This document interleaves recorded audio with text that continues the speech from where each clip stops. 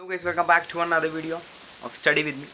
So guys, December 23 just last few days tips आप लोगों को देनी है और एग्ज़ाम टाइम में आई थिंक कुछ ऐसी बातें हैं जो आप लोगों को बताता नहीं है ना, बहुत ज़्यादा इंपॉर्टेंट होती हैं एंड ये थिंग आप लोगों को ये सब चीज़ें पता होनी चाहिए. सो गाइस ध्यान सुनेगा ईच एंड एवरीथिंग.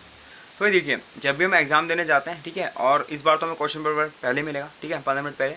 तो जब ये आंसर शीट मिलती है, ठीक है, तो आंसर शीट में सब लोग पता है अच्छे से प्रेजेंटेशन देते हैं, सब लोगों को पता है प्रेजेंटेशन कैसे देनी है, जो बेस्ट पार्ट है वो पहले करना है, ठीक है, एक एक पेज पे क्वेश्चन लिखना है, नेक्स्ट पेज से स्टार्ट करना है क्वेश्चन. ये सब चीज़ें आप लोगों को पता है, आप सब लोग फॉलो करते हो. लेकिन यार कुछ ऐसी बेसिक चीज़ें हैं ना जो कई स्टूडेंट मिस्टेक करते हैं एंड जो बेसिक है आप लोगों को आई थिंक कोई बताते भी नहीं है, डिस्कस भी नहीं करता है. तो वो चीज़ मैं आपको बताने वाला हूँ क्योंकि ये चीज़ मैं फील करता हूँ, मैं एग्जामिनेशन देता हूँ. देखो, जब भी हमारे सामने आंसर शीट आती है तो उसको पढ़ना आपको मैंडेटरी कुछ चीज़ें होती हैं, लाइक आपका रोल नंबर लिखना है, date of examination, day of examination, ठीक है, आपको सर्कल करने रहते हैं एक एक आपके लेटर, ठीक है, रोल नंबर टाइप में जो होता है, ठीक है. सो भाई ये सब चीज़ें ना बहुत इंपॉर्टेंट है.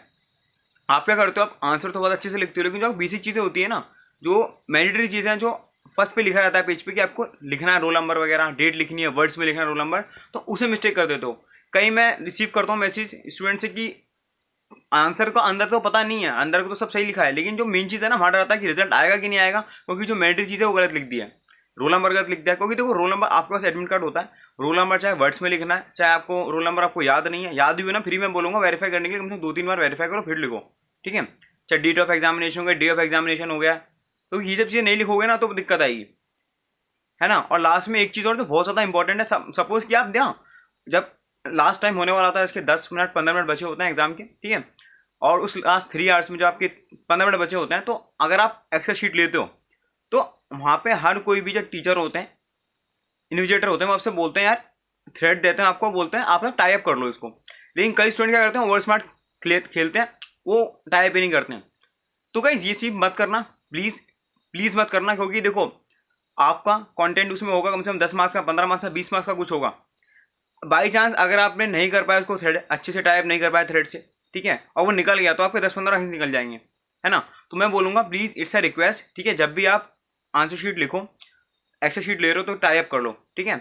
ऐसा मत करने के लास्ट के 1 मिनट में करूँगा, क्योंकि किसी भी वहाँ पे इंडिविजुअल का भरोसा नहीं, आपका शीट एक्सेप्ट करें ना करें, आप उसमें कुछ नहीं कर पाएंगे फिर, ठीक है.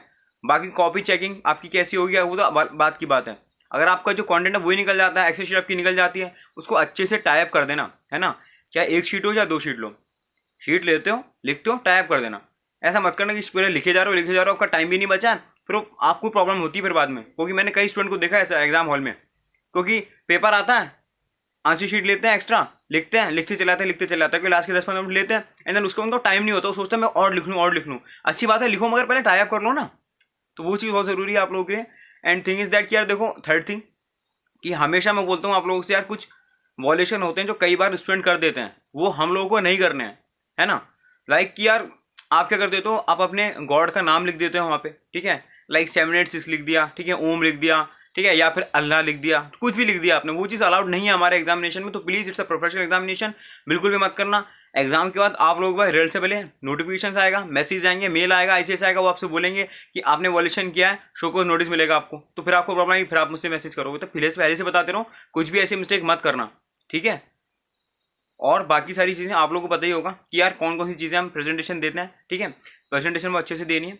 और गाइस मैं आप लोगों को बताऊंगा जो चीज़ मैंने गलती करी थी एग्जाम में, जिसकी वजह से मेरा कह सकते कि मेरा रिजल्ट भी नहीं आता, ठीक है. जून 21 में जब मेरा मॉड्यूल 1 का एग्जाम था, तो मैंने क्या किया था, आपके शुरू में कंपनी लॉ, GIGL, HBC ने पेपर दिया, लास्ट में मेरा टैक्स का पेपर था जो कि MCQ होता है. तो क्या होता है कि मैं जब जगह पर बैठता था ना रोज़ डेली, तो एक ही सीट रहती थी.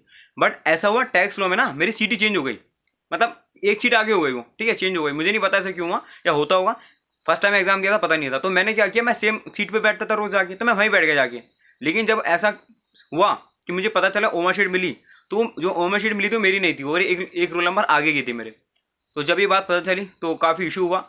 टीचर्स आए जो वहाँ पे, काफ़ी फैकल्टीज थी, वो आए, उन्होंने डांटा भी मुझे कि how can you do that, आपने मतलब कैसे कर सकते हो इतनी बड़ी मिस्टेक. उन्होंने यकीन मानो, उन्होंने उससे ये भी कहा था कि इट्स अ बहुत बहुत बड़ा इशू है, आपको ऐसा नहीं करना चाहिए, क्योंकि ओएमआर शीट में रोल नंबर लिख रहा था किसका है, लेकिन आप दूसरे रोल नंबर पे ओएमआर शीट अपनी लिख रहे हो, तो वो अच्छा नहीं है. एंड उन्होंने जाते थे मुझसे ये भी कहा था कि भाई आपने गलती करी है, आप रिस्पॉन्सिबल हो गए किसी भी चीज़ के लिए, और रिजल्ट आए नहीं आए हम नहीं कह सकते, क्योंकि गलती आपने करी है, रिजल्ट आएगा नहीं आएगा टोटली आपको डिपेंड करता है कि आपने मतलब उनके हाथ में कुछ नहीं है, साफ बोल दिया था। और वो उस वक्त मेरे लिए ना काफ़ी कह सकते हैं कि फ्रस्ट्रेशन फेस था, क्योंकि मैं एग्जाम के ड्यूरिंग 1 घंटा निकल चुका था और 1 घंटे में आके मुझसे ये बोल रहे हैं कि तुम्हारी ओवरशीट अच्छी नहीं है, सही नहीं है, क्योंकि तुम्हारी ओवरशीट तो वहीं पड़ी हुई है पेपर पे, टेबल पे, और आगे वाले की तुम्हें मिल गई है, वो आया नहीं था, एब्सेंट था। तो इस चक्कर में मुझे बड़ी प्रॉब्लम हुई थी। लेकिन एट द एंड मैंने क्या कर सकता था, मैंने एग्जाम दिया, पूरा किया, और रिजल्ट आया, रिजल्ट पास हुआ मैं, है ना। तो गाइस ये मैं बोलूँगा, आप बिल्कुल भी मिस्टेक मत करना ऐसी।